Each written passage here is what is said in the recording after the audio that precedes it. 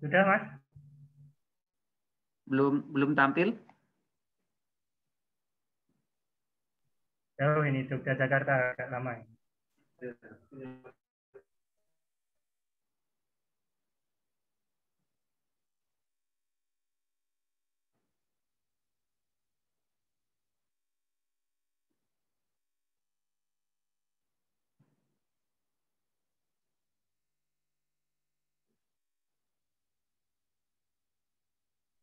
Sudah jadi co-host ini, Mas Andi. Udah jadi host ya? Saya coba tampilkan di sini. Ya.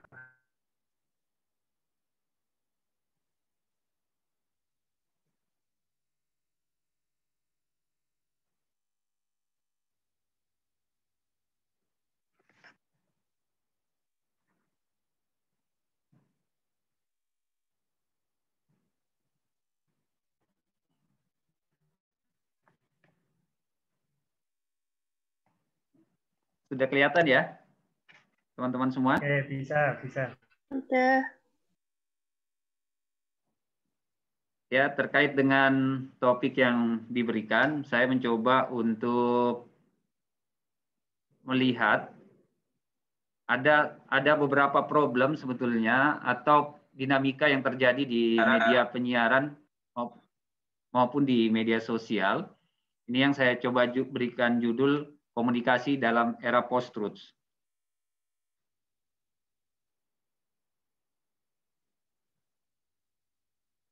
Penjelasan tentang era post-truth ini saya pikir tadi sudah disinggung juga oleh Bu Profesor Marhuma, bahwa orang sekarang tidak terlalu penting untuk kemudian menganggap kebenaran atau fakta, tapi lebih kepada bagaimana mereka bisa bercerita, membuat sebuah citra, kemudian membuat sebuah narasi. Itu adalah bagian dari indikator atau era post-truth yang terjadi hari ini.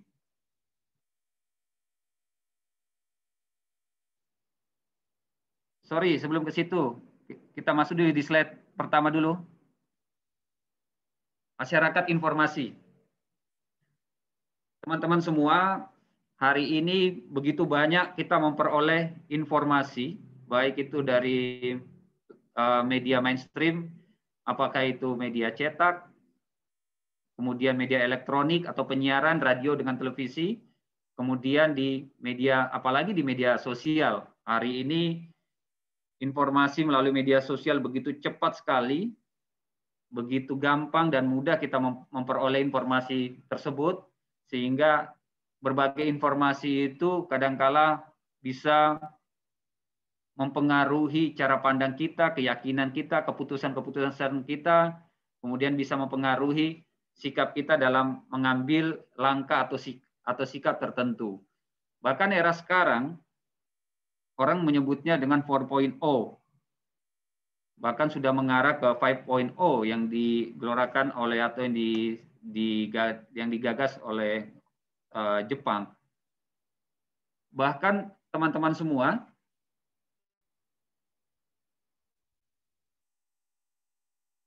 masih kedengaran? Masih. Mas, jelas.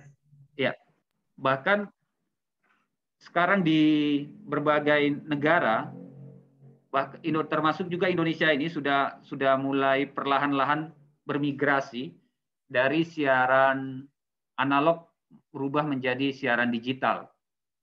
Jadi sekarang itu berbagai negara di dunia ini itu sudah akan bermigrasi, dan bahkan sudah ada yang bermigrasi, sudah banyak yang bermigrasi, dan Indonesia ini dianggap telat dalam menerapkan digitalisasi. Di Indonesia sendiri, teman-teman, kita akan bermigrasi ke digital ini pada 2 November tahun 2022. Dan itu sudah ditetapkan di dalam Undang-Undang Cipta Kerja, Undang-Undang 11 tahun 2020. Tahun 2022 ini kita sudah berhenti semua analog switch off ini tahun 2022 di bulan November. Dan saat ini sebetulnya sudah masuk di dalam tahapan-tahapan itu. Pada Agustus 2021 ini sudah ada tahapan pertama yang dilaksanakan, yaitu di Kalimantan Timur, Kalimantan Utara 1 dan Kalimantan Utara 2, kemudian di Kepulauan Riau, Banten dan Aceh. Banten dan Aceh.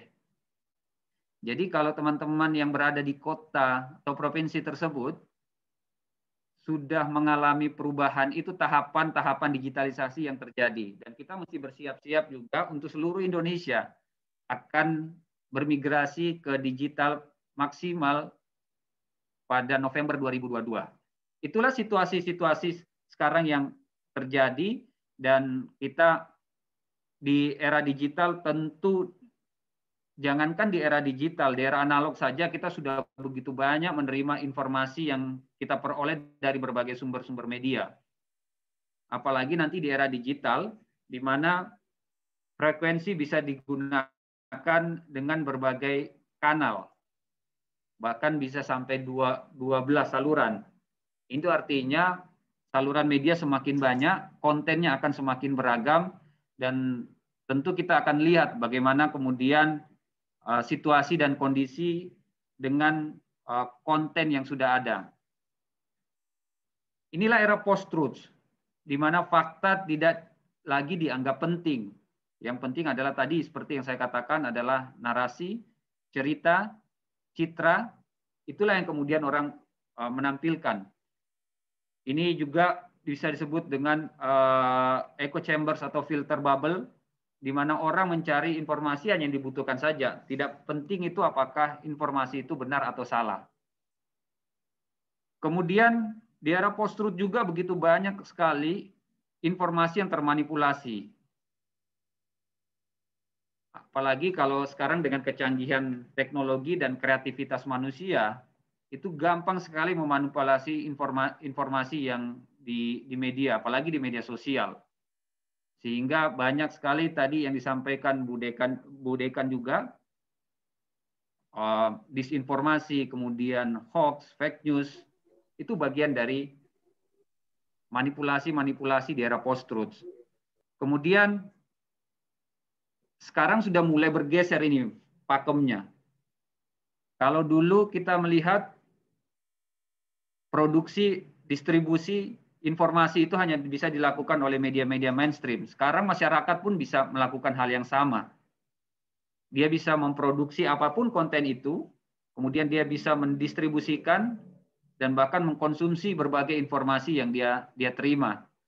Itulah situasi dan kondisi di era post-truth.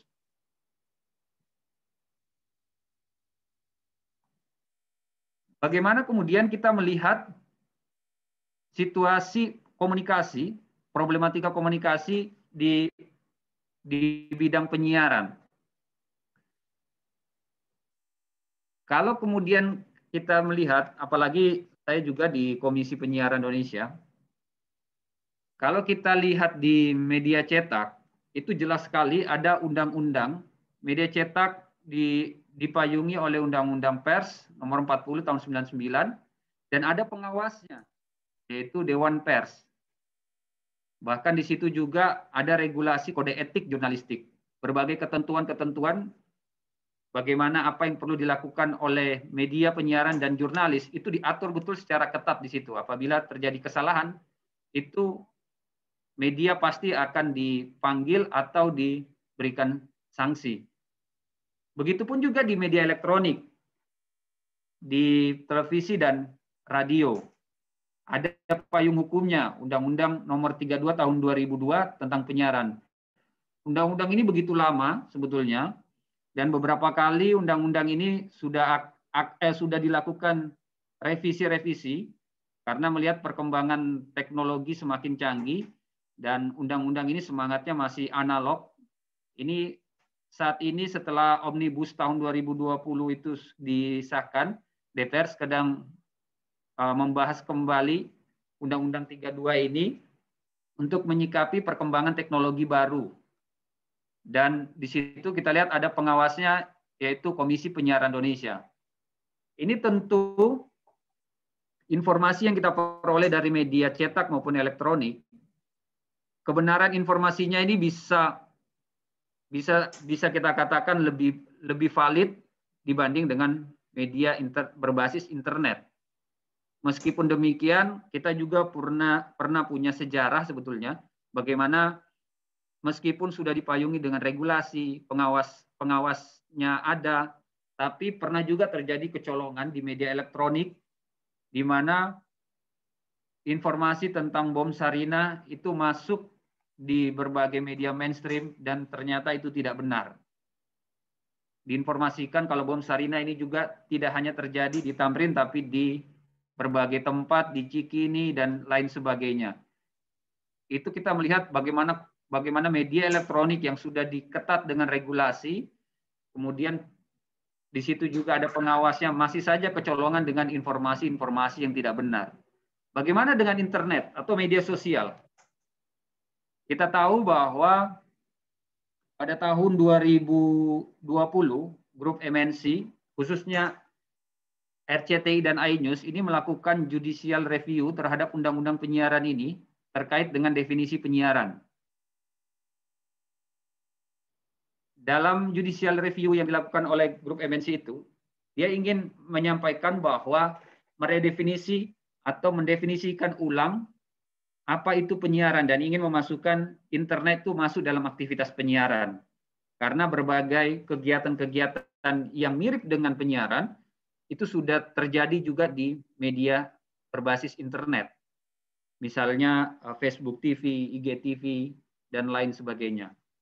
Namun saat ini itu belum bisa diterima karena di Mahkamah Konstitusi gugatan itu ditolak. Kemudian belum jelas juga regulasi untuk internet ini, belum juga ada pengawas yang lebih spesifik, sehingga di internet ini menjadi ruang yang sangat bebas sekali, sangat bebas. Orang bisa saja menyampaikan informasi apapun di situ, namun perlu nanti kita lihat bagaimana fenomena di media yang berbasis internet dan apa kemudian yang harusnya menjadi rambu-rambu yang perlu kita miliki. Teman-teman semua, ini sekedar informasi saja, di KPI Pusat itu, KPI Pusat ada 114 orang yang melakukan pemantauan secara langsung atau pemantauan 24 jam di stasiun televisi. Kemudian ada 90 orang yang di lembaga penyiaran berjaringan, ada 14 orang di radio, dan 10 orang di lembaga berlangganan. Ini kemudian mereka memantau di KPI Pusat memantau 16 stasiun televisi, kemudian 25 radio, dan 15 stasiun televisi berjaringan. Ini kita belum berbicara TV-TV lokal yang ada di seluruh Indonesia, ada 1000 lebih. Itu artinya pertumbuhan media dan informasi ini sangat banyak sekali. Belum lagi nanti, seperti saya katakan tadi, nanti kita akan masuki era digital, saluran-saluran televisi akan semakin banyak dan konten-konten tentu juga akan semakin beragam. Tantangan hari ini di media penyiaran, saya melihat ada beberapa hal. Di sini saya sebutkan karakteristik media penyiaran kita, khususnya lembaga penyiaran swasta, di luar lembaga penyiaran publik seperti TVRI dan RRI, watak industrialisasi itu masih sangat kuat sekali.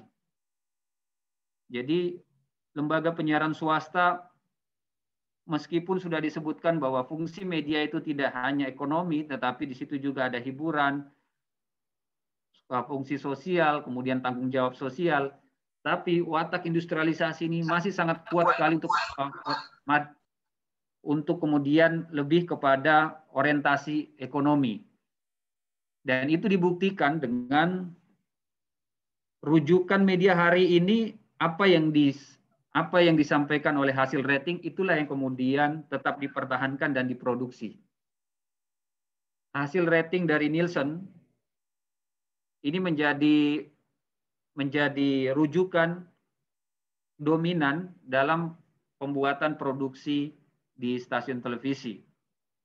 Ini nanti kalau kita lihat di Indonesia ini, sistem ratingnya menggunakan OS atau sistem rating tunggal, yaitu menggunakan perusahaan rating.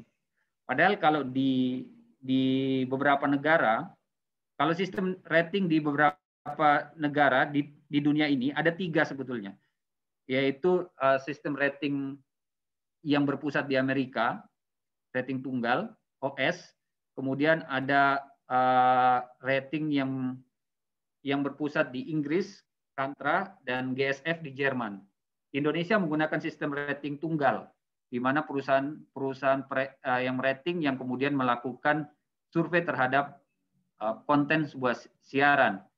Harusnya ini juga menjadi perbincangan di Indonesia, khususnya juga di beberapa stakeholder penyiaran, bagaimana kemudian sistem rating di era digital nantinya. Apakah negara kemudian juga masuk untuk kemudian posisinya seperti apa, ini sedang menjadi pembahasan.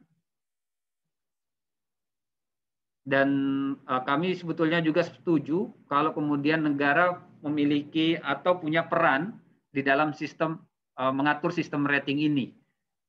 Karena hari ini tidak ada yang kemudian yang bisa melakukan pengaturan atau audit terhadap rating Nielsen tersebut. Apapun hasilnya, ini kita tidak ketahui, tetapi menjadi rujukan bagi industri dan bisa mempengaruhi banyak aspek, termasuk di masyarakat kita. Kemudian, ini tentu kita melihat, tadi juga sudah disampaikan Pak Kaprodi. Pak Kaprodi ini salah satu informan kita untuk riset indeks kualitas program siaran yang diselenggarakan oleh KPI kerjasama dengan 12 perguruan tinggi. Salah satunya di UIN Sunan Kalijaga, Yogyakarta. Kita melihat bahwa problem kualitas program siaran kita ini khususnya di 3 kategori, yaitu sinetron, infotainment, dan variety show, itu masih di bawah standar kualitas. Selama 6 tahun riset ini, 3 kategori tersebut belum memenuhi standar kualitas. Padahal kalau kita lihat di hasil ratingnya, ini tinggi terus. Ini satu problem serius juga yang terjadi di Indonesia. Belum lagi kita bicara soal pengawasnya. Lembaga pengawas di sini yang diberikan mandat adalah Komisi Penyiaran Indonesia. Tentu KPI dengan keterbatasan kewenangan yang dimiliki, karena kalau kita lihat sejak 2004 ketika Asosiasi Penyiaran, Asosiasi Lembaga Penyiaran itu melakukan gugatan terhadap Undang-Undang Penyiaran, KPI tidak lagi memiliki banyak peran untuk di wilayah perizinan dan pembuatan peraturan pada 2004. Sehingga KPI hanya lebih banyak diperankan hanya sebagai pengawas isi siaran. Padahal di aspek perizinan ini juga harusnya dan pembuatan peraturan ini harusnya KPI masuk di situ. Belum lagi saat ini anggaran KPI juga masih menginduk kepada Kominfo. Artinya lembaga ini belum independen sepenuhnya, termasuk di wilayah anggaran dan kewenangannya belum penuh. Namun demikian KPI tetap memperbaiki berbagai terutama di aspek regulasinya, aspek regulasi dan sistem pengawasan. Aspek regulasi hari ini KPI masih melakukan revisi terhadap pedoman perilaku penyiaran dan standar program siaran atau kitab sucinya KPI dalam melakukan pengawasan. Revisi itu dilakukan bagaimana mengoptimalkan fungsi regulasi tersebut. Fungsi regulasi dari P3SPS itu bisa menjangkau berbagai aspek kelemahan-kelemahan dalam sistem pengawasan. Termasuk KPI sekarang juga sedang mempersiapkan memasuki era digital, yaitu pengawasan berbasis artificial intelligence. Memang kalau kita lihat pengawasan ini belum banyak dilakukan di beberapa negara dan KPI sedang melakukan uji coba itu. Kemudian ini peran publik dan literasi. Kita berharap sebetulnya juga bagaimana peran masyarakat termasuk adik-adik mahasiswa ini bisa lebih masif, karena tidak mungkin kemudian mewujudkan sebuah konten yang bagus di Indonesia, kualitas yang bagus tanpa peran publik yang kritis. Apalagi kita tahu bahwa tingkat literasi masyarakat kita juga dianggap cukup rendah. Ini yang menjadi salah satu problem yang kemudian harusnya dalam konsep kolaborasi atau pentahelix ini, peran publik ini harusnya juga bisa lebih dominan. Kemudian kita lihat di sini pada aspek regulasinya, saya katakan tadi, regulasi kita ini sudah tertinggal, apalagi undang-undang penyiaran ini harusnya sudah beradaptasi dengan teknologi baru. Kemudian SDM di sini bisa juga SDM penyiaran, bagaimana SDM penyiaran itu begitu cepat proses bergantinya, sehingga kadangkala ada yang lepas dalam proses edukasi atau pembekalan terhadap SDM penyiaran oleh berbagai stakeholder. Atas ya, jadi salah satu. Kemudian di sini juga harusnya sudah ada definisi atau redefinisi penyiaran. Tadi saya katakan bahwa aktivitas penyiaran sekarang banyak di media sosial. Bahkan di hasil riset KPI kita menemukan, ini Pak Nanang juga mengidentifikasi, banyaknya sumber-sumber media di mainstream, di televisi dan radio yang bersumber dari media sosial, apakah itu di pemberitaan, di program-program infotainment, dan lain sebagainya. Ini harusnya sudah ada definisi ulang terhadap apa itu penyiaran. Karena hari ini rezimnya penyiaran masih disebutkan masih pada televisi dan radio. Ini bagaimana dengan media sosial yang memiliki aktivitas penyiaran? Kemudian berkaitan bicara soal media sosial. Hari ini yang mesti juga kita dudukkan pada persoalan pemahaman terhadap teks ini. Saya menganggap bahwa media sosial itu tidak selalu menjalankan fungsi-fungsi sosialnya. Media sosial ini juga sudah berubah menjadi institusi bisnis, bahkan politik. Ini sudah banyak sekali nih institusi bisnis yang kita lihat aktivitas teman-teman di media sosial. Kita misalnya mau kemana-mana bisa dengan menggunakan aplikasi berbasis media sosial untuk kemudian memesan sesuatu, baik itu untuk kendaraan, makanan, dan lain sebagainya. Bahkan media sosial juga menjadi institusi politik. Ini paling ramai ketika Pilpres kemarin di Amerika di tahun 2016, di mana sudah terbukti bahwa media sosial ini dijalankan oleh agen rahasia dari Rusia untuk mempengaruhi Pilpres di Amerika. Itu sudah terbukti bagaimana Facebook digunakan untuk mempengaruhi pemilih, kemudian melakukan propaganda, mengalihkan isu, kemudian mendorong pemenangan Donald Trump. Dan itu sudah terbukti. Ini menunjukkan bahwa di media sosial ini dijadikan juga sebagai institusi politik. Ini juga terjadi pada saat di Pilpres di Indonesia di tahun 2019. Ini nanti kita akan menghadapi tahun-tahun politik tahun depan dan 2024. Saya yakin media sosial juga akan menjadi alat propaganda atau yang biasa disebut dengan propaganda komputasional. Ini dijadikan sebagai alat-alat politik. Di situ kemudian muncul yang namanya troll, kemudian ada robot, akun-akun dari mesin yang diciptakan. Ini adalah sebuah fenomena baru di media sosial. Ini juga menjadi satu persoalan serius. Ternyata interaksi kita tidak lagi sesama manusia, tetapi juga bisa dengan mesin yang kita tidak tahu kebenarannya. Kemudian kita lihat data ini. Ini gampang sekali kita peroleh data ini di Hootsuite. Kita lihat bahwa sekarang pengguna sosial media di Indonesia itu 170 juta. Kebayang penduduk Indonesia sekarang di tahun 2020 data BPS kemarin itu 270 juta. Artinya ini lebih dari separuh penduduk Indonesia adalah pengguna media sosial dan sangat aktif. Rata-rata menghabiskan waktu hampir 9 jam. Dan media sosial yang paling banyak digunakan yaitu YouTube, WhatsApp, Instagram, Facebook. Ini barangkali media-media sosial yang selama ini digunakan oleh teman-teman yang kadangkala kita akan melihat bagaimana realita di media sosial. Ini saya kutip yang disampaikan dengan O'Hara bahwa media sosial berbasis internet ini bercampur antara informasi yang benar, informasi yang salah, dan keyakinan. Kemudian di sini juga saya ingin menyampaikan bahwa ketika kita menggunakan internet, ini dari hasil riset di buku Agus Sudibjo yang terbaru, itu menyebutkan bahwa kita ternyata pengguna internet hanya 5% yang mengetahui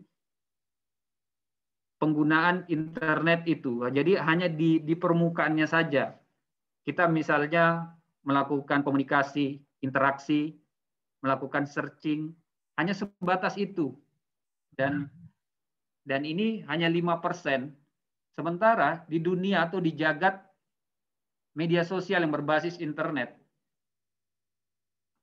ada 95% ruang informasi itu dikendalikan, justru dikendalikan dari situ. Tentang tadi yang sudah disampaikan, bahkan tentang kejahatan-kejahatan di dunia cyber pun juga dilakukan di situ. Tentang bagaimana data-data pribadi kita digunakan, kemudian apa yang kita posting ini punya dampak terhadap hal yang lain seperti apa, kemudian apakah informasi kita ini digunakan yang benar atau tidak, kemudian peretasan terhadap data kita ini dilakukan atau tidak, kemudian di situ ada juga penyebaran hoax, kemudian disinformasi, manipulasi, kemudian kejahatan penipuan. Ini ternyata bekerja di media sosial itu kita tidak tahu. 95% itu ternyata di jagat media sosial bekerja dalam ruang-ruang itu. Dan secara umum kita ternyata belum sampai ke arah sana. Karena kenapa kita lihat di sini? Kita melihat juga seperti yang disampaikan oleh Vincent Mosco. Secara umum, termasuk kita ini, kita kadangkala tidak memikirkan bagaimana resiko-resiko kita aktif di media sosial. Yang penting posting, yang penting kita sebarkan, tanpa berpikir banyak tentang dampak, kemudian data-data itu digunakan untuk apa, oleh siapa, itu kita kadang-kala tidak memikirkan sampai sejauh itu. Padahal disitulah banyak kemudian aktivitas dan resiko-resiko bisa terjadi. Apalagi dengan cara kerja algoritma kurasi, kemudian mesin pencari, di situ kita melihat resiko-resiko kemudian data kita disalahgunakan ini bisa sangat tinggi. Ditambah lagi perusahaan seperti Facebook, perusahaan-perusahaan digital, ini kadangkala juga tidak bisa melindungi data-data pribadi yang dimiliki oleh penggunanya. Ini kemarin kalau masih ingat di Pilpres Amerika sampai pemilik Facebook itu minta maaf karena ternyata data-data privasi masyarakat di Amerika itu bisa diretas. Kemudian mereka tidak memberikan satu keamanan yang baik terhadap data-data pribadi penggunanya. Bahkan di situ tentang orientasi ideologi, kesukaan, kemudian pilihan-pilihan politik, itu bisa kemudian diketahui dengan data-data yang kita tampilkan di media sosial. Kemudian di sini juga aspek hukumnya ini belum kuat. Indonesia sendiri ini perlindungan terhadap undang-undang perlindungan terhadap data pribadi ini masih kemudian coba untuk dimaksimalkan, untuk diterapkan. Tapi secara umum perusahaan-perusahaan digital ini masih lemah pada sisi ini, soal keamanan dan perlindungan terhadap data-data yang kita upload atau kita posting di media sosial. Di sini saya ingin juga berbagi bagaimana sebagai pengguna aktif media sosial ini teman-teman juga mestinya memiliki pegangan yang kuat, apalagi orang komunikasi. Teman-teman mesti ketika melakukan posting terhadap konten, ini harus memikirkan soal tanggung jawab terhadap konten tersebut. Kemudian juga berpikir soal bagaimana dampak dari konten tersebut, memberikan manfaat atau tidak. Kemudian juga berpikir soal bagaimana keaslian sebuah konten yang teman-teman posting di media sosial. Jangan kemudian mengambil konten-konten orang lain atau apalagi kalau memanipulasi. Kemudian berpikir soal kearifan dan disitulah nanti akan tercermin sebuah integritas dari konsep diri kita yang ingin kita tampilkan di media sosial. Selain menjadi pegangan konsep ready ini, juga tentu kapasitas dari literasi kita ini perlu ditingkatkan. Literasi menyangkut dua aspek, yaitu aspek pada literasi terhadap penggunaan terhadap media dan literasi terhadap konten yang kita menerima dan kita distribusikan. Kemudian yang terakhir, ini saya juga untuk memanfaatkan media sosial, saya berupaya untuk kemudian memaksimalkan konten-konten yang saya buat, baik itu di YouTube, di Instagram, ataupun di Facebook. Ini berkaitan dengan saya berupaya untuk kemudian sebagai pengguna media sosial mengisi dengan konten-konten yang bermanfaat dan punya dampak terhadap masyarakat yang lebih baik. Saya kira itu. Terima kasih Pak Irawan dan teman-teman semua. Nanti kita akan mendiskusikan lebih jauh terkait dengan tema yang saya sampaikan. Terima kasih. Assalamualaikum warahmatullahi wabarakatuh. Waalaikumsalam. Waalaikumsalam warahmatullahi wabarakatuh. Kita beri plus bersama untuk Pak Andi Andrianto. Presentasi yang menarik tentang era post-truth ini dan sosial media. By the way, kita juga perlu tahu sosial media yang dimiliki Mas Andi ini apa aja. Monggo disebutkan Mas Andi, Instagram, Twitter, YouTube, biar teman-teman ini nanti yang terakhir ya, melihat sosok alur. Ini saya punya YouTube. Ini saya menyikapi soal isu-isu komunikasi dan literasi. Kemudian fokusnya di situ dan penyiaran.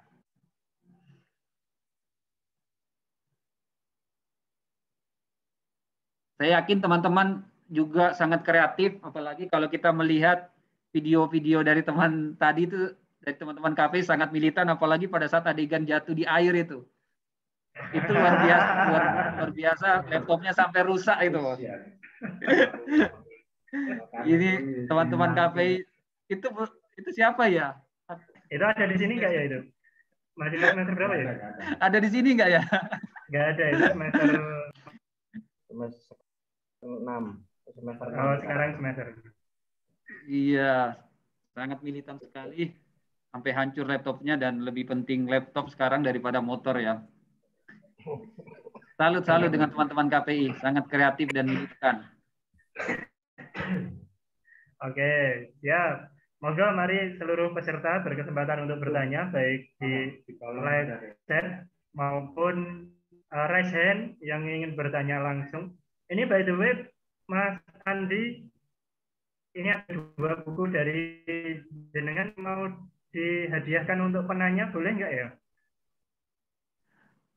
Boleh. Nanti saya kasihkan yang buku yang ini ya, yang problematika komunikasi pandemi ya.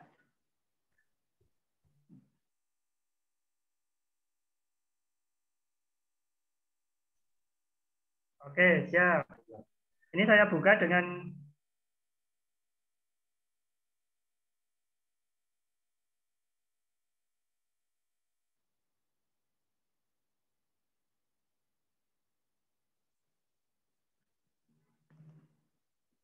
Putus-putus, Pak.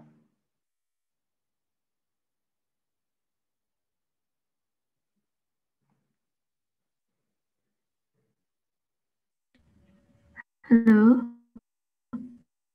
Apa masih tersambung?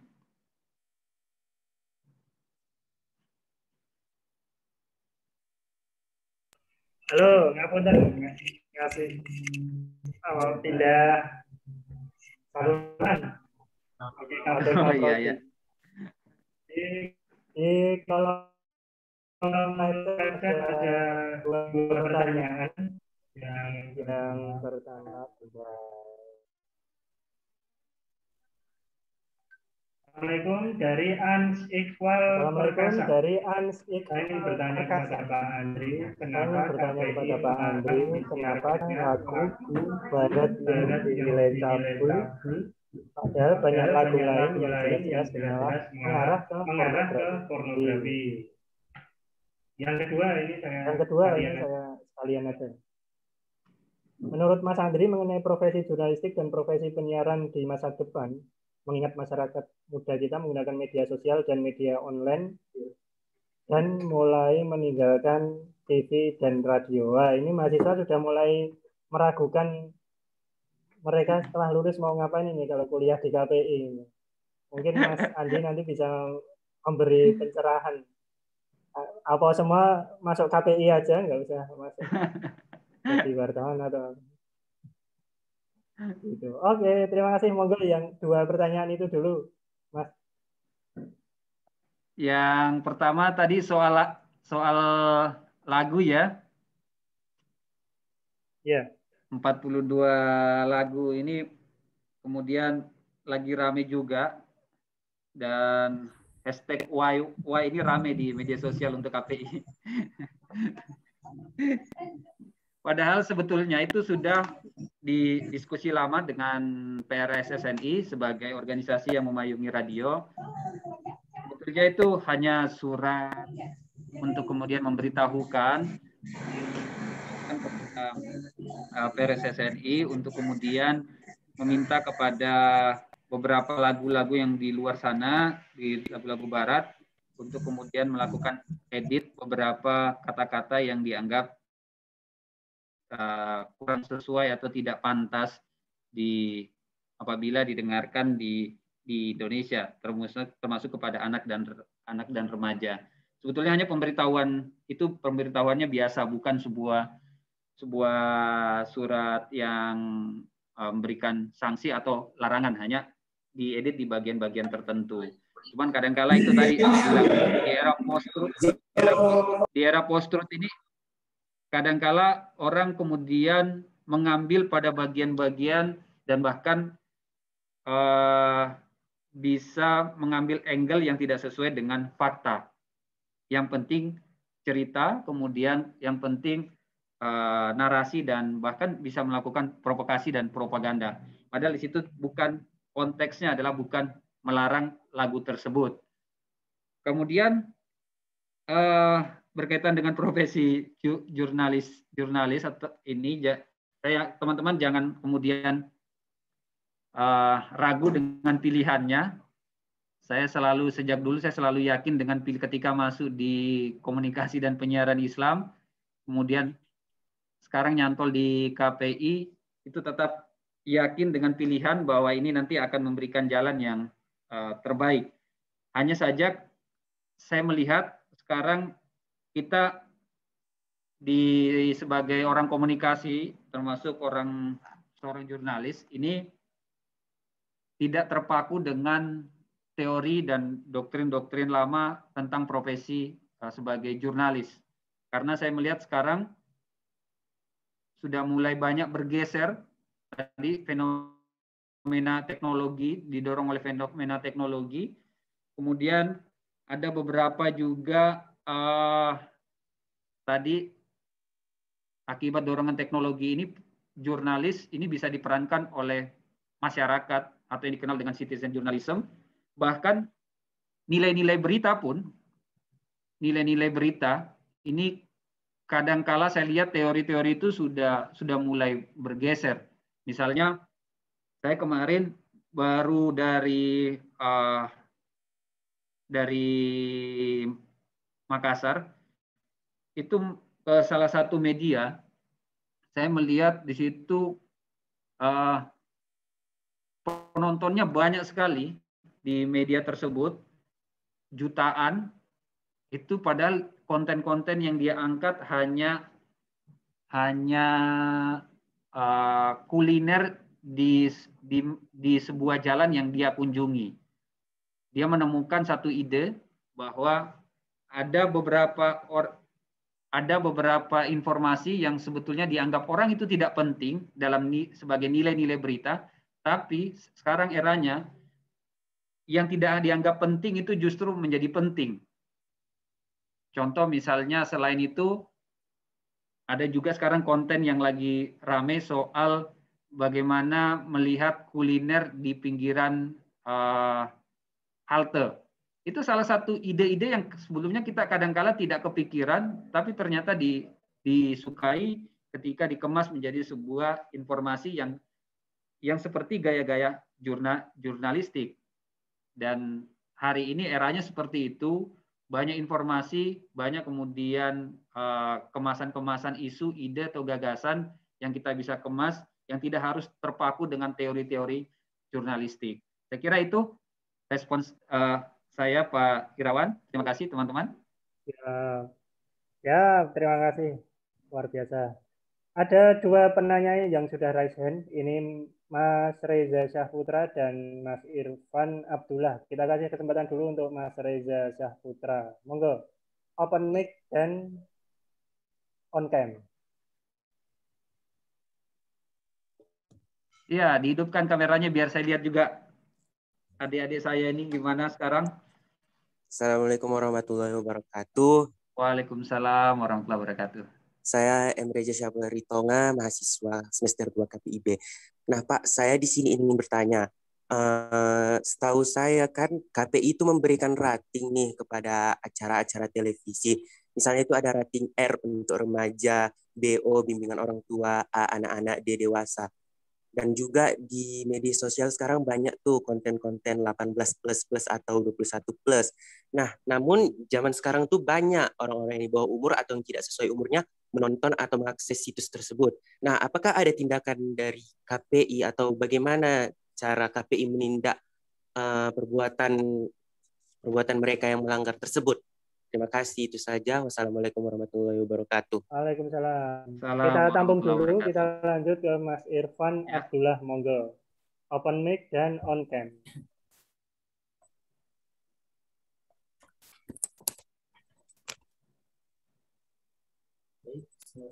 Assalamualaikum warahmatullahi wabarakatuh. Waalaikumsalam. Saya Irfan Abdullah dari Prodi. Kurang kedengaran suaranya? Kedengaran, Pak? Kedengaran? Bisa didengar? Tidak bisa didengar? Bisa sambil teriak aja, Mas. Bisa didengar, Pak? Ya. Sudah bisa. Perkenalkan, nama saya Irfan Abdullah dari Prodi KPI angkatan 2020. Nah, di sini saya mau bertanya, tadi kan Bapak jelasin bahwa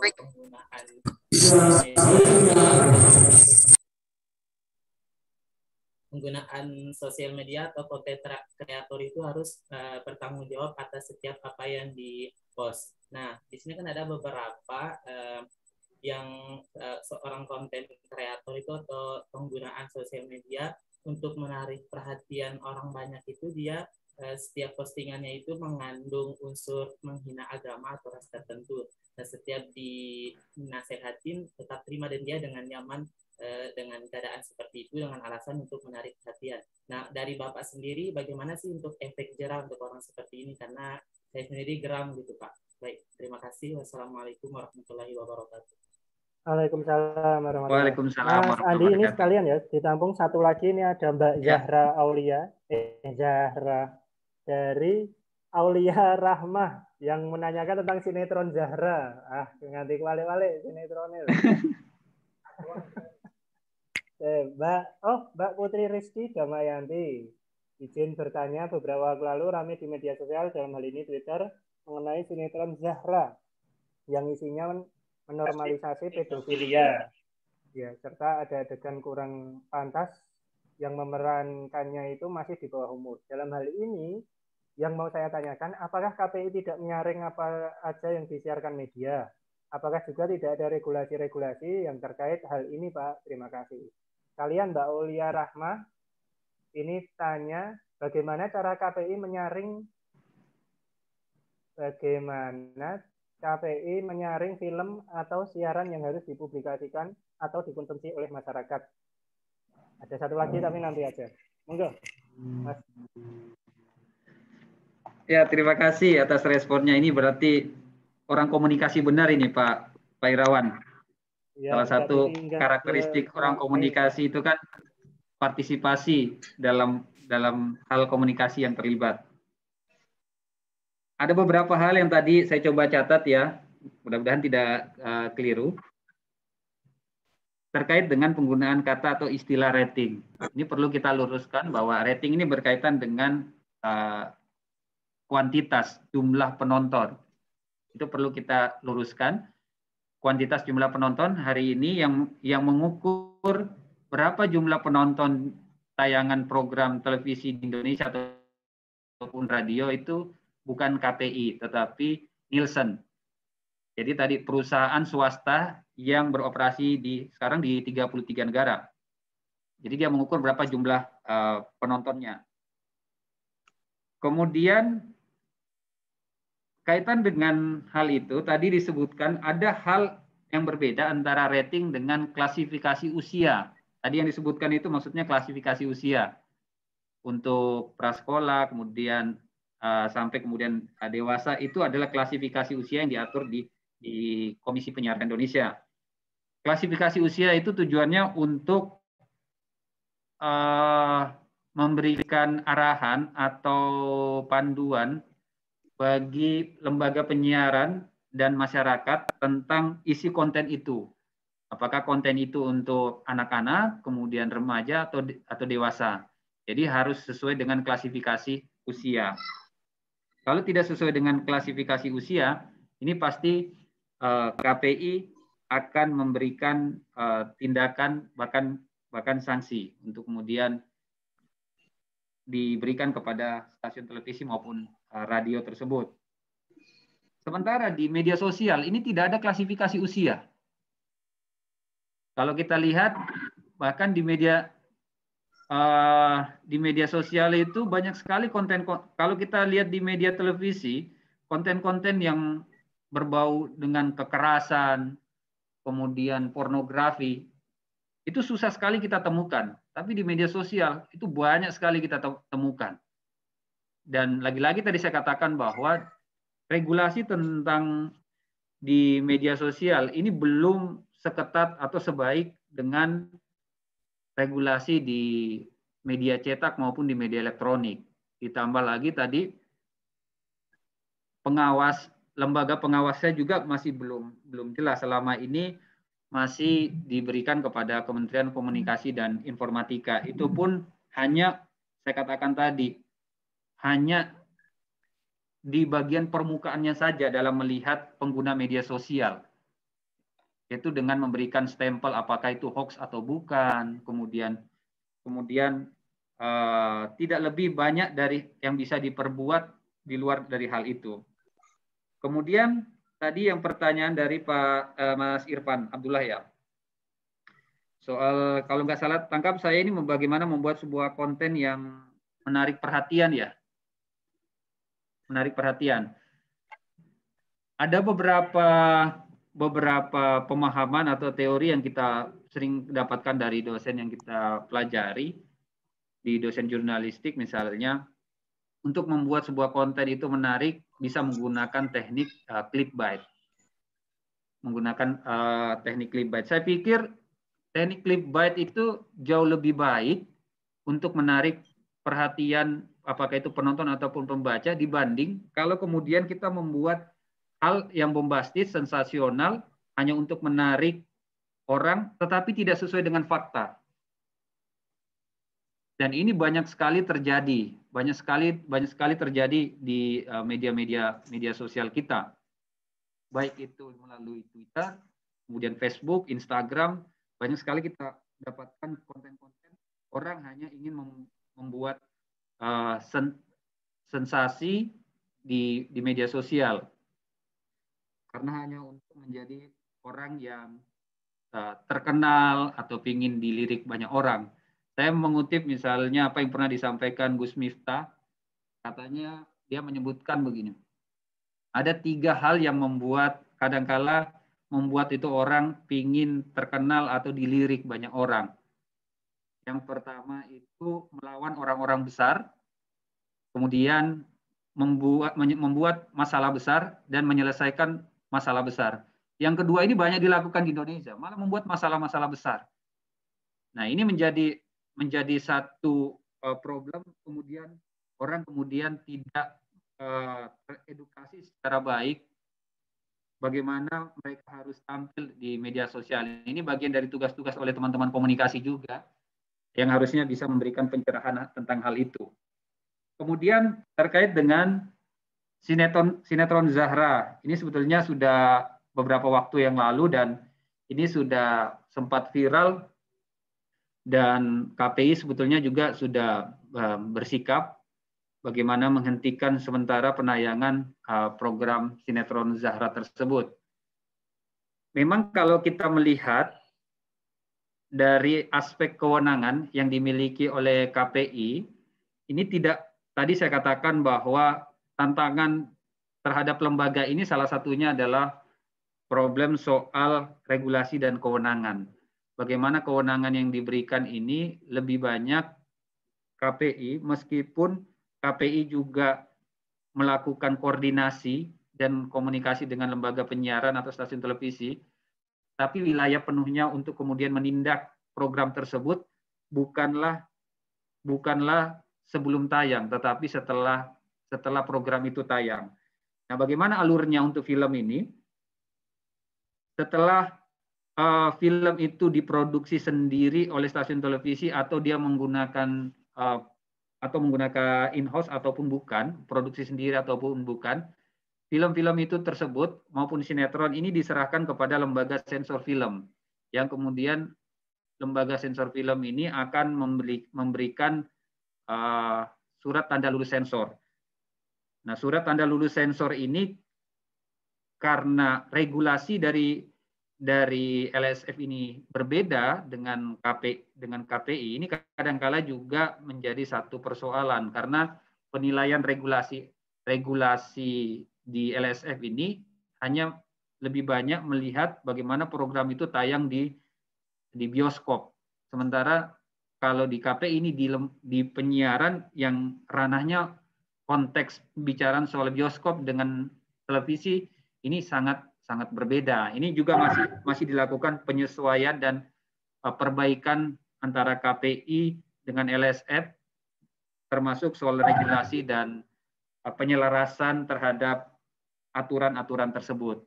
Tapi alurnya seperti itu, dan kemarin memang KPI belum bisa sampai sejauh menjangkau kewenangannya, memberikan penilaian apakah pemeran sinetron Zahra itu di 15 tahun atau tidak. Jadi belum sampai sejauh itu, baru ketahuan memang setelah program tersebut ditayangkan, barulah KPI bisa bertindak. Itu beberapa hal yang bisa saya sampaikan dan ini juga menjadi bahan evaluasi untuk perbaikan lembaga dan regulasi di KPI agar bisa lebih menjangkau beberapa hal. Dan ini sudah fenomena penyiaran yang baru ini dibaca oleh KPI untuk kemudian dijadikan bahan untuk penguatan regulasi P3SPS yang hari ini juga sedang dilakukan revisi. Itu yang bisa saya sampaikan, teman-teman, dan respon beberapa hal dari pertanyaan dari Reza, dari Irfan, dan siapa tadi? Aulia ya? Siap. Atur suwun, Mas Andi. Mungkin ada feedback dari Ans, Iqbal, Reza, Putri, Aulia. Monggo yang mau feedback dari jawaban Mas Andi.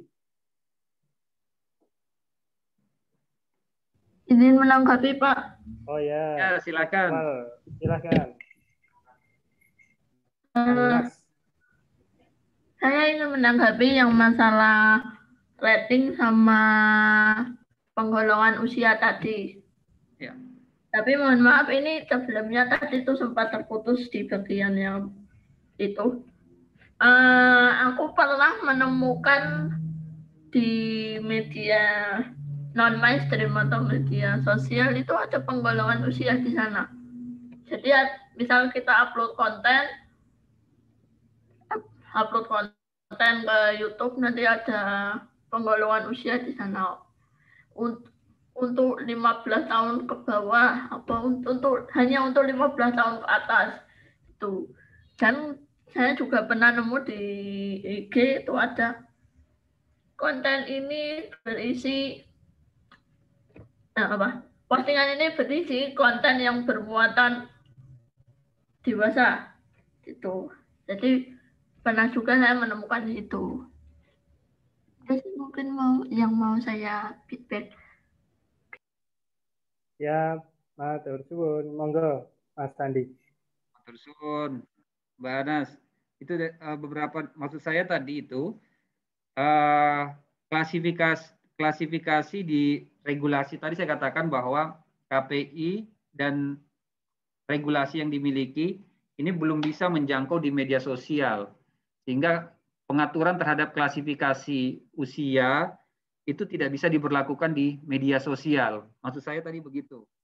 Dan memang tadi benar kata Mbak Anas, itu biasa kita di notifikasi ya, kalau kita upload konten di media sosial itu ada untuk beberapa penggolongan usia, atau Facebook ataupun media sosial itu sudah di YouTube sudah bisa membaca itu konten-konten untuk apa. Maksud saya tadi begitu. Oh gitu. Oh, karena yang saya pahami selama ini penggolongan yang ada di Facebook, Instagram, terus YouTube itu berasal dari pihak kita, pihak Indonesia, bukan dari pihak mananya. Itu yang aku pahami. Makanya tadi saya menanggap seperti itu. Ya, terima kasih atas tanggapannya Mbak Anas. Ya, terima kasih. Monggo yang lain, hari ini kita bukan cuma tanya jawab ya, mungkin kita diskusi atau ada sudut pandang lain dari teman-teman mahasiswa yang biasa nonton sinetron kayak gitu. Saya jujur nggak paham tentang Zahra sinetron tadi. di luar kemampuan saya itu. Keren bisa tahu kayak gitu. Tapi saya baca webnya KPI juga sudah diurus itu ya, sinetron Zahra itu ada beritanya juga. Oke, Mas Andi, ini ada pertanyaan dari kolom chat dari Mas Abdurrahman dan Mas Robi. Saya bacakan. Mas Abdurrahman, Assalamualaikum, nama saya Abdurrahman Ibnu Bafadal. Saya ingin bertanya kepada Pak Andri, kenapa KPI tidak memberi izin penayangan, bahkan melarang acara animasi atau anime yang lebih mendidik daripada sinetron yang isinya kebanyakan percintaan, pacaran, anak durhaka, dan penganiayaan. Tolong kembalikan animasi yang biasa kami tonton dulu. Ya, kalau Pak Andi dulu nontonnya Shinchan mungkin ya. Pertanyaan kedua, Pak, saya Robi Prabowo mau bertanya. Banyak dari kita, khususnya khalayak umum, ingin mendapatkan sebuah kepastian dari sebuah isu. Tetapi kebanyakan media malah memecah belah sehingga khalayak menjadi bingung. Apakah ini tujuan dari media sebagai alat propaganda atau ada kepentingan lain yang mendasari terjadinya pro dan kontra? Kemudian Mbak Anas tadi menambahkan di kolom live chat, saya penonton Ikatan Cinta, Pak, bukan Zahra. Oh ya, maaf, Mbak. Saya juga nggak tahu itu Ikatan Cinta itu apa. Moga nanti yang fansnya Ikatan Cinta bisa di kolom chat bisa tunjuk tangan ya. Ikatan Cinta dan Zahra, Amanda Manopo dan siapa itu ya. Taunya dari iklan itu. Moga Pak Andi silahkan. Ya, terima kasih teman-teman atas responnya. Benar tadi kata Pak Irawan, di forum ini kita tidak hanya bertanya, tetapi bagaimana memberikan argumentasi atau perspektif lain terhadap perbincangan kita tentang topik yang hari ini kita bahas. Ternyata di forum ini banyak juga ya fansnya Ikatan Cinta ya. Dan memang kalau kita lihat di saat hasil potret potret riset KPI sinetron selama 6 tahun itu tidak berkualitas, ini kita melihat ada fenomena baru dalam dunia sinetron kita di Indonesia, yaitu Ikatan Cinta, yang selain hasil ratingnya selama 5 tahun ini mengalahkan rating-rating yang sebelumnya, sinetron sebelumnya, ini menjadi satu fenomena menarik sebetulnya dikaji kalau misalnya teman-teman nanti ingin melakukan penelitian terhadap program sinetron khusus untuk Ikatan Cinta ini. Dan penontonnya memang di beberapa tempat ini banyak sekali, terutama ibu-ibu atau perempuan. Kemudian mudah-mudahan dari situ bisa menjadi trigger bagi program sinetron-sinetron kita yang tidak harus membuat sebuah sinetron-sinetron yang jalan ceritanya itu-itu saja, mudah ditebak, mengandung kekerasan, kadangkala tidak sesuai dengan realitas, melanggar norma kesopanan dan kesusilaan. Itu yang mudah-mudahan tidak lagi terjadi di dunia sinetron kita, tetapi bisa melihat bagaimana pengemasan jalan cerita, topik-topik yang dibangun lewat program sinetron Ikatan Cinta tersebut.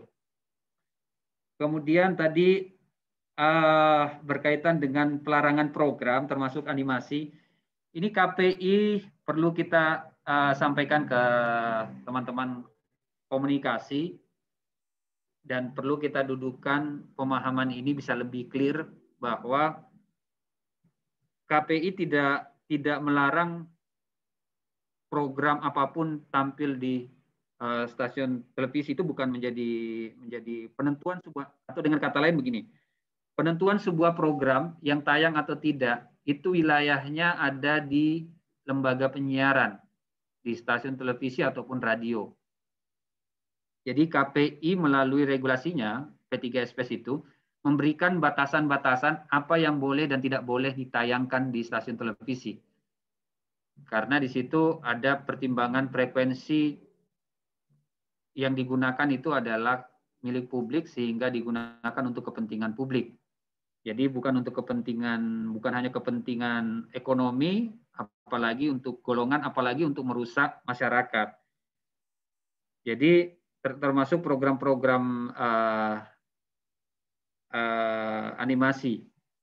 Saya juga sebetulnya suka dengan program-program animasi, dan sebetulnya bukan KPI yang melarang untuk program-program animasi itu, hanya memang kalau kami melihat itu tadi saya sampaikan bahwa penentuan apakah program tersebut termasuk animasi ini tayang atau tidak di stasiun televisi ini ada di stasiun televisinya.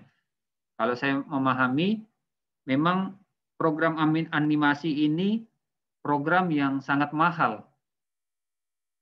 Kosnya begitu besar, sehingga kadangkala dengan watak industri atau karakter industri kita di stasiun televisi yang memikirkan soal biaya kos yang rendah tetapi memiliki keuntungan yang besar, ini menjadi juga satu kendala atau tantangan.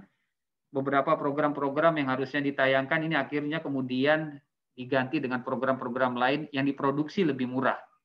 Itu biasanya menjadi aspek dominan dalam penentuan sebuah program selain tadi pertimbangan dari rating dari Nielsen. Kemudian berkaitan dengan respon dari Mas Robi soal media propaganda. Ini memang kita lihat setelah era reformasi, bahkan kami melihat pada saat itu pun di waktu itu saya sempat juga terlibat di dalam gugus tugas pengawasan penyiaran iklan dan kampanye pemilu. Biasanya media dijadikan sebagai alat politik, terutama media-media, kalau media sosial ini kita sudah tidak ragukan lah, bisa sekali digunakan, sangat bisa sekali digunakan. Apalagi tadi saya katakan bahwa pengaturan terhadap media sosial ini masih sangat lemah dan pengawasnya masih belum optimal. Dan itu sudah banyak terjadi di beberapa negara. Sementara kalau di media penyiaran kita, memang tantangan terbesar di industri penyiaran atau di media penyiaran kita itu biasanya di tahun-tahun politik.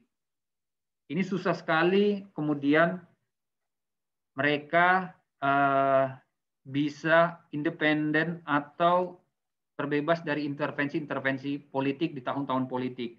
Dan itu sudah sempat menjadi fakta yang terjadi misalnya pada pemilu 2014. Di situ bagaimana masyarakat itu terbelah karena didorong oleh media mainstream. Oleh TV One pada saat itu TV One dengan Metro TV. Dan KPI juga pada saat itu posisinya memberikan sanksi yang tegas, yaitu belum pernah dikeluarkan sanksi evaluasi perpanjangan izin terhadap 2 stasiun televisi itu. Dan pada saat itu KPI sudah memberikan sanksi tersebut kepada Metro TV dan TV One, kemudian disampaikan kepada Kementerian Komunikasi dan Informatika.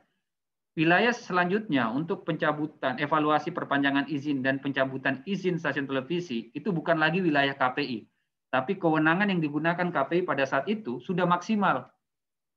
Sudah memberikan surat evaluasi perpanjangan izin kepada 2 stasiun televisi itu. Selanjutnya apakah diberi izin atau tidak itu bukan lagi wilayah KPI, tapi di wilayah dari Kementerian Komunikasi dan Informatika. Tapi sikap KPI pada saat itu sudah cukup tegas. Karena media kalau kemudian tidak independen dijadikan alat propaganda, ini sangat berbahaya sekali. Sangat berbahaya sekali dan bisa membelah masyarakat. Kemudian itu ya beberapa hal yang tadi sudah saya respon, dan terkait dengan media digunakan sebagai alat politik, ini juga KPI dalam revisi P3 SPS-nya ini memasukkan sebuah klausul bagaimana ruang redaksi itu tidak diintervensi oleh siapapun. Itu salah satu poin redaksi yang diperkuat oleh KPI lewat regulasi yang sedang direvisi. Karena kalau tidak ada regulasi dan kepastian itu, orang-orang di media yang punya idealisme yang tinggi pun tidak kadangkala di tahun politik ini bisa tidak kuat menahan situasi seperti itu. Makanya KPI melalui regulasinya ini mencoba memasukkan poin itu di dalam revisi P3 SPS-nya. Bagaimana ruang redaksi media tidak boleh diintervensi oleh siapapun. Itu beberapa hal yang bisa saya sampaikan untuk merespon beberapa pertanyaan dari teman-teman. Selanjutnya saya serahkan lagi kepada Bang Irawan. Ya, terima kasih Mas Andi. Ini ada respon dari Mas Abdurrahman. Terima kasih banyak Pak atas jawabannya. Kemudian direspon lagi, Indonesia masih punya RTV yang paling banyak menayangkan animasi. Program anak memang dia, segmennya anak RTV itu. Oke, siap. Oke, terlepas dari tema hari ini, saya ingin Mas Andi ini berbagi, berkisah bagaimana dulu ketika kuliah di KPI, kemudian sekarang bisa ke KPI lagi, bisa ke penyiaran. Ini penting soalnya karena teman-teman KPI, maksudnya anak-anak komunikasi penyiaran Islam, ini lagi galau ketika lulus mau ngapain, alumninya juga gimana. Ini mungkin bisa bercerita, berkisah agar menjadi semangat untuk kita semua dulu perjalanannya pripun. Monggo Mas Andi. Ini di luar tema ini nggih. Ya. Terima kasih. Mudah-mudahan ini juga bisa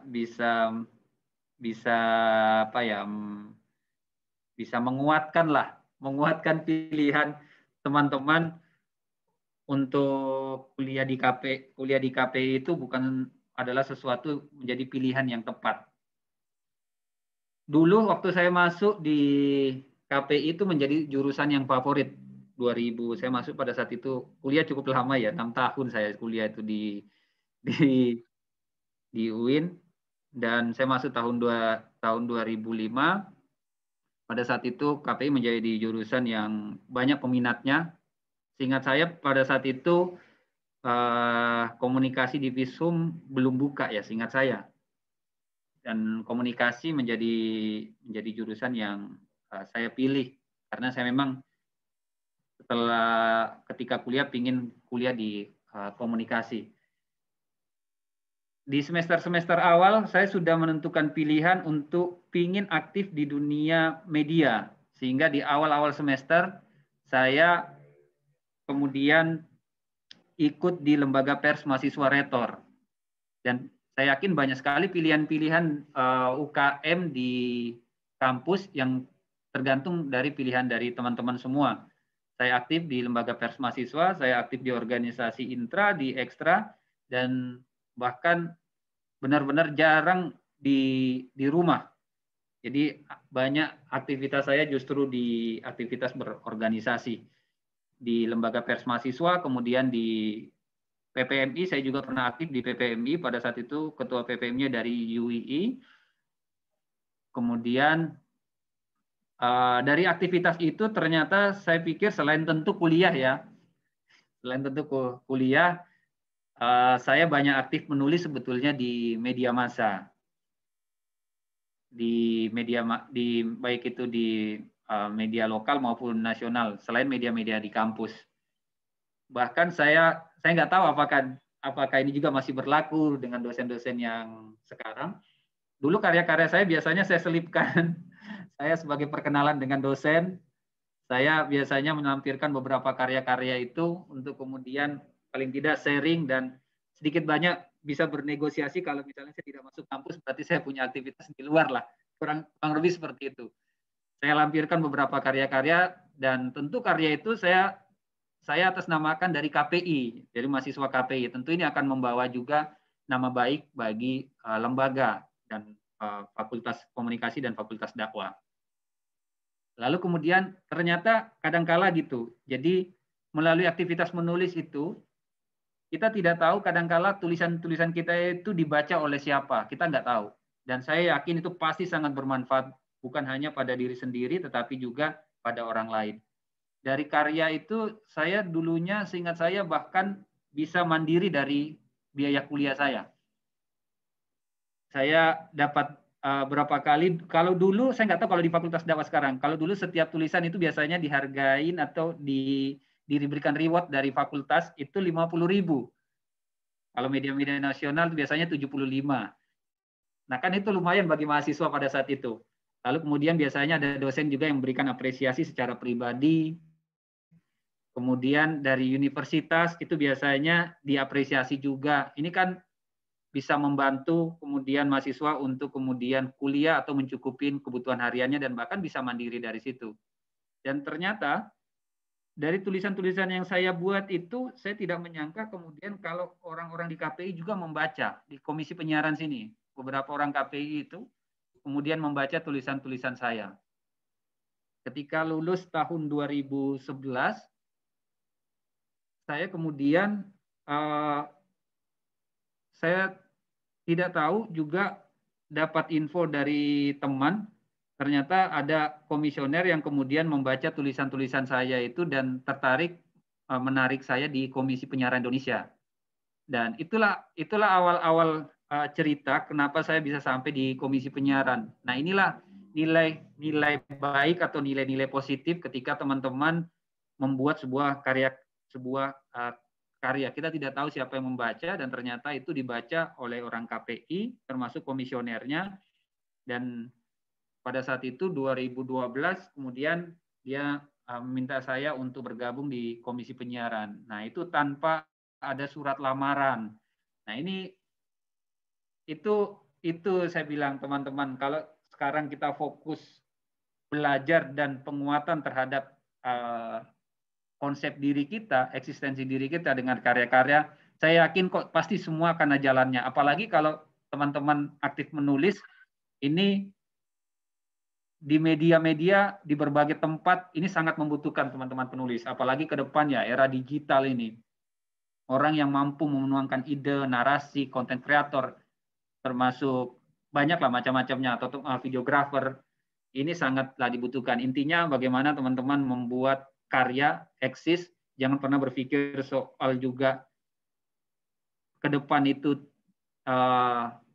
tantangannya seperti apa, tapi sedikit banyak sudah bisa memprediksi itu, tetapi jangan lupa penguatan kapasitas diri dengan keterampilan dan kemampuan yang dimiliki. Saya kira itu pengalaman bisa saya bagi, dan setelah saya di KPI, sebisa mungkin saya berusaha untuk beradaptasi dengan lingkungan di sini, dan karena ini saya juga menyukai dunia komunikasi dan penyiaran, akhirnya saya masih menetap sampai sekarang di sini. Sudah hampir berapa ini?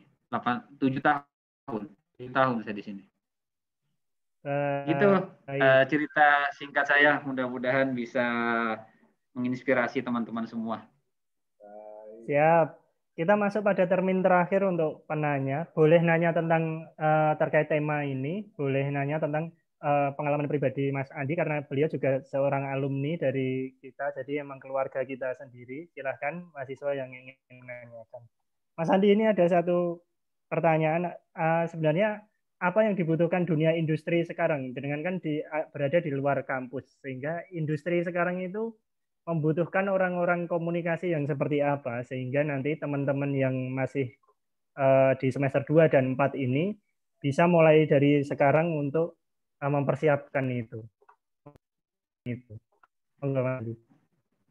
Ya, sebetulnya kalau kita melihat sekarang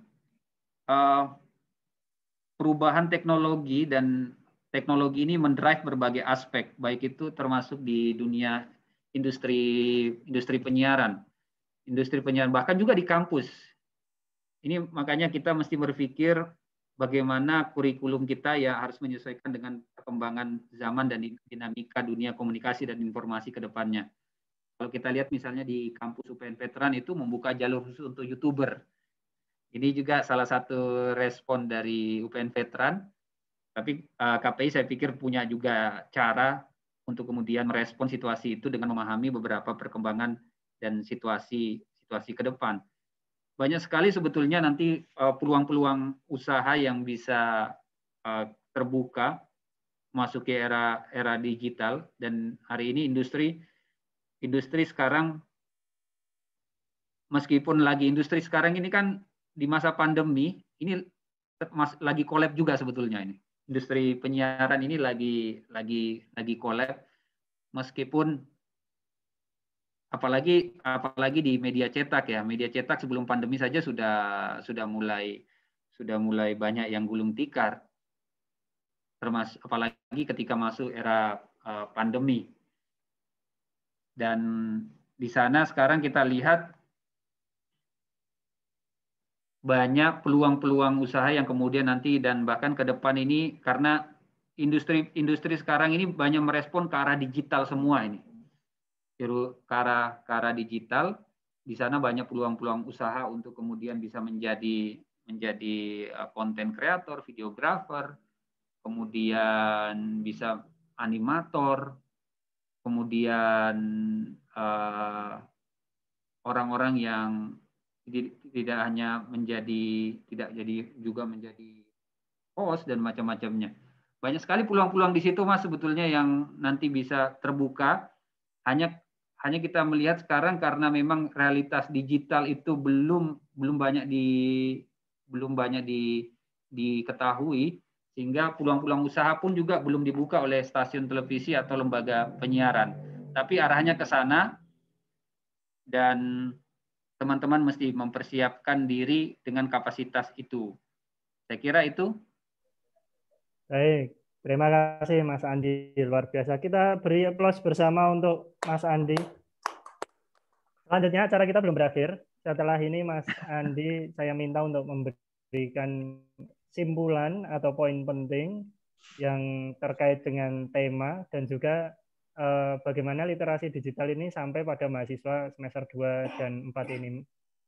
Semester 2 dan 4 itu masih senang-senangnya selfie, masih senang-senangnya upload di Instagram, dan eksistensi diri, seperti itu. Bagi peserta, saya ingatkan setelah simpulan dari Mas Andi, nanti ada kita sesi foto bersama. Jadi silahkan on cam setelah simpulan dari Pak Andi. Yang belum mengambil hijab silahkan mengambil. Yang belum mandi nggak usah mandi dulu.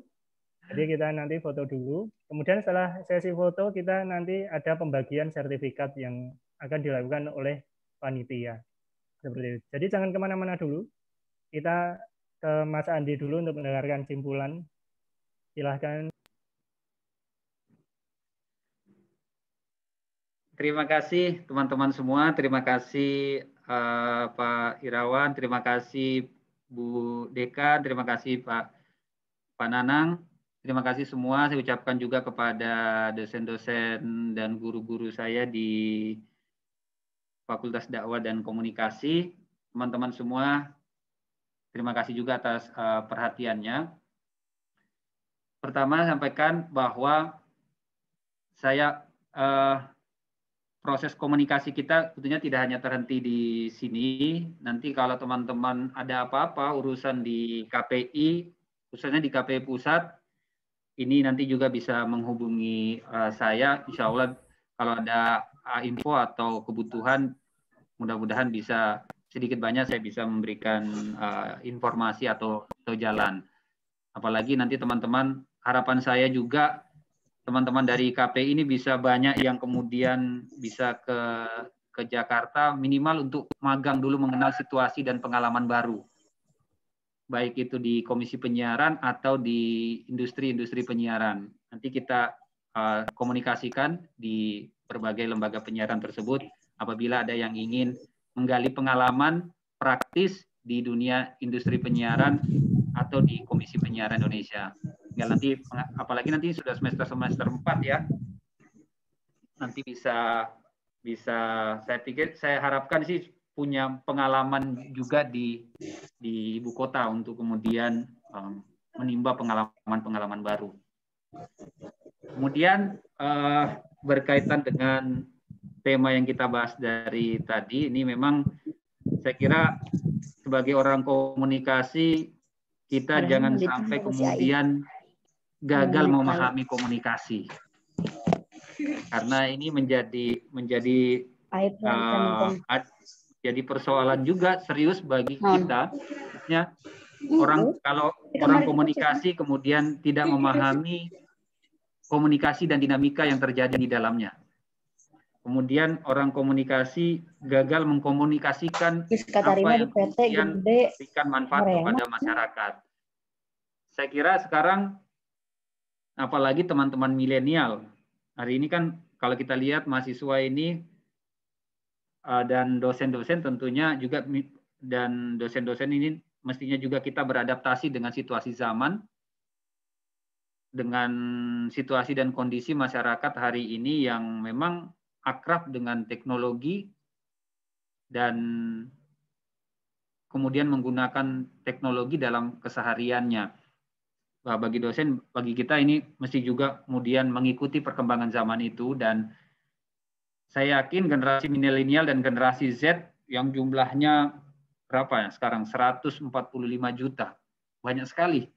Ini menjadi bonus demografi yang harus kita isi oleh generasi-generasi muda dengan kapasitas dan kemampuan kita di bidang komunikasi, menggunakan berbagai platform untuk kemudian mengisi dengan konten-konten yang lebih baik, kemudian yang lebih memberikan manfaat dan bisa menginspirasi banyak pihak.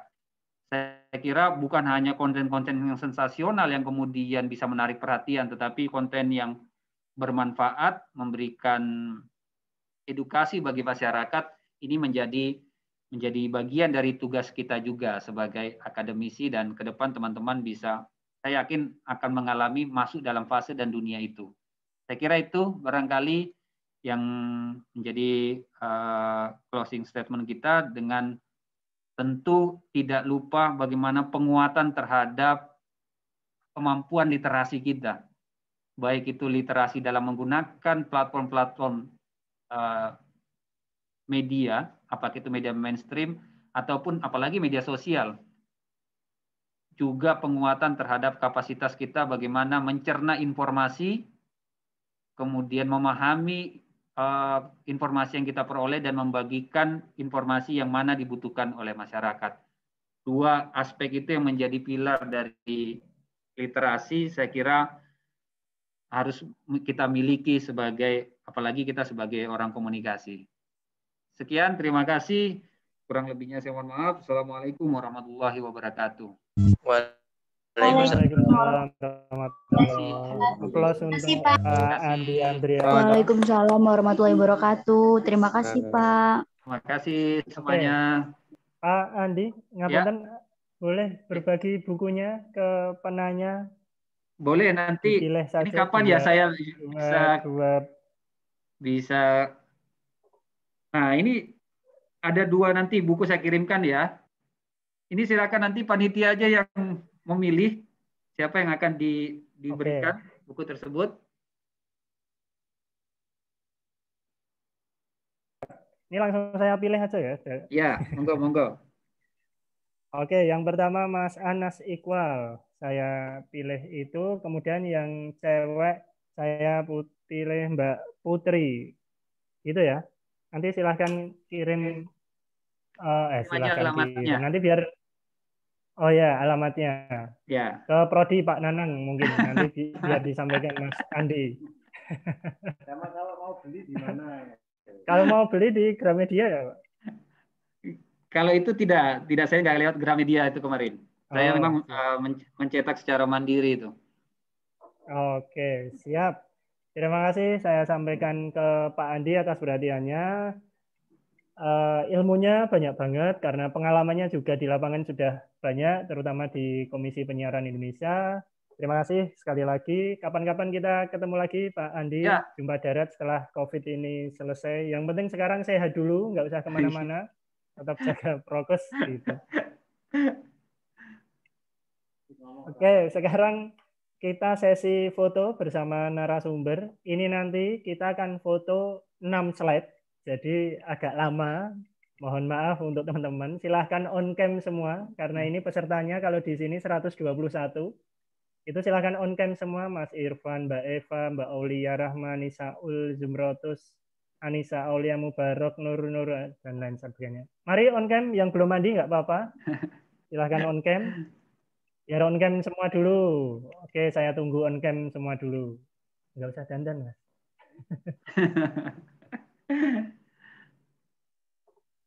Oke, kita nunggu fotografer bentar. Ya siap ya fotografer ya. Slide 1 dulu. 1, 2. Oke, dah. Oke, slide 2. Mari Mbak Putri Devi, Sasha, Irfani. Oke, Mbak Kusnul Khotimah, Mbak Putri Rizky. Saya absen ini yang belum nampak wajahnya ini. Oke. Siap, 1, 2, 3. Oke, slide ketiga. Mohon maaf agak lama karena pesertanya banyak. Mari Mbak Sasa Alfadia, Nadia Turoh, Putri Rizky, Mbak Siren, Ikhtiara, Kaila Diva, Arman Alfarizi, monggo on cam semua. Apip Tahu, Adinda Hayyan, Zufan Kusuma, monggo on cam. Ya. Oh, kayak Mas Apip Tahu itu loh. Nah, ya, Mas Naufal udah, Mas Zufan udah, Mas Rizky udah, Mbak Vina, Mbak Siren belum. Mas Faris sudah. Yuk, 1, 2, 3. Oke. Slide keempat. Mbak Kaila Diva, Arman Alfarizi, Esa Cahyani, Fujaatin Nikmah, Fitri Nur Utami, Esti Damayanti, Ilham Jauhari, Fatma Isnaini. On cam. Mbak Wido. 1, 2, 3. Oke. Slide kelima. Terakhir ini. Mbak Fuja Nikmah, Mbak Aini Sofwati, Mbak Vina, Mbak Riza, Mbak Sinti, Mbak Mas Habib, Mas Saiful. Ya, 1, 2, 3. Ya semua komplit. Oke, sekali lagi saya ucapkan terima kasih Mas Andi Andrianto. Sama-sama, terima kasih. Luar biasa pemaparannya. kapan-kapan jumpa lagi. Salam Amin. untuk teman-teman yang di KPI, mudah-mudahan sehat semua, nggak Amin. sakit, sampai nanti aktivitas seperti biasa. Terima kasih juga untuk peserta yang hari ini hadir sejumlah 117. Terima kasih. Mohon maaf jika saya ada salah. Kami undur diri. Kami kembalikan kepada MC. Terima kasih. Assalamualaikum warahmatullahi wabarakatuh. Oh iya, sertifikat bisa diunduh di kolom chat, sudah dibagikan. Silahkan sertifikat bisa diambil melalui link yang ada di kolom chat. Terima kasih, saya undur diri. Assalamualaikum warahmatullahi wabarakatuh. Kembali ke MC. Waalaikumsalam warahmatullahi wabarakatuh. Nah, baiklah, akhirnya sampailah kita di penghujung kuliah umum ini. Wah, materinya sangat menginspirasi ya, terutama bagi kita nih yang notabene mahasiswa program komunikasi dan penyiaran. Nah, terima kasih kepada Ibu Dekan, Bapak Kaprodi atas sambutannya, terima kasih kepada narasumber atas pengetahuannya, dan terima kasih kepada moderator atas kerjasamanya, juga teman-teman yang sudah bertahan di room dengan tertib sampai menahan ngantuk untuk mendengarkan materi kuliah umum ini. Akhir kata, untuk menutup kuliah umum ini, marilah kita mengucap hamdalah bersama-sama. Alhamdulillahirabbil alamin. Dan sampai bertemu dalam kuliah umum berikutnya. Saya Nur Fadila Andini, selaku Master of Ceremony, pamit undur diri. Mohon maaf apabila terdapat salah kata. Lebih dan kurangnya mohon dimaafkan. Wallahu muwaffiq ila aqwamit thoriq. Wassalamualaikum warahmatullahi wabarakatuh. Terima Waalaikumsalam. kasih Mas Andi, sampai jumpa. Terima kasih. Terima kasih Pak.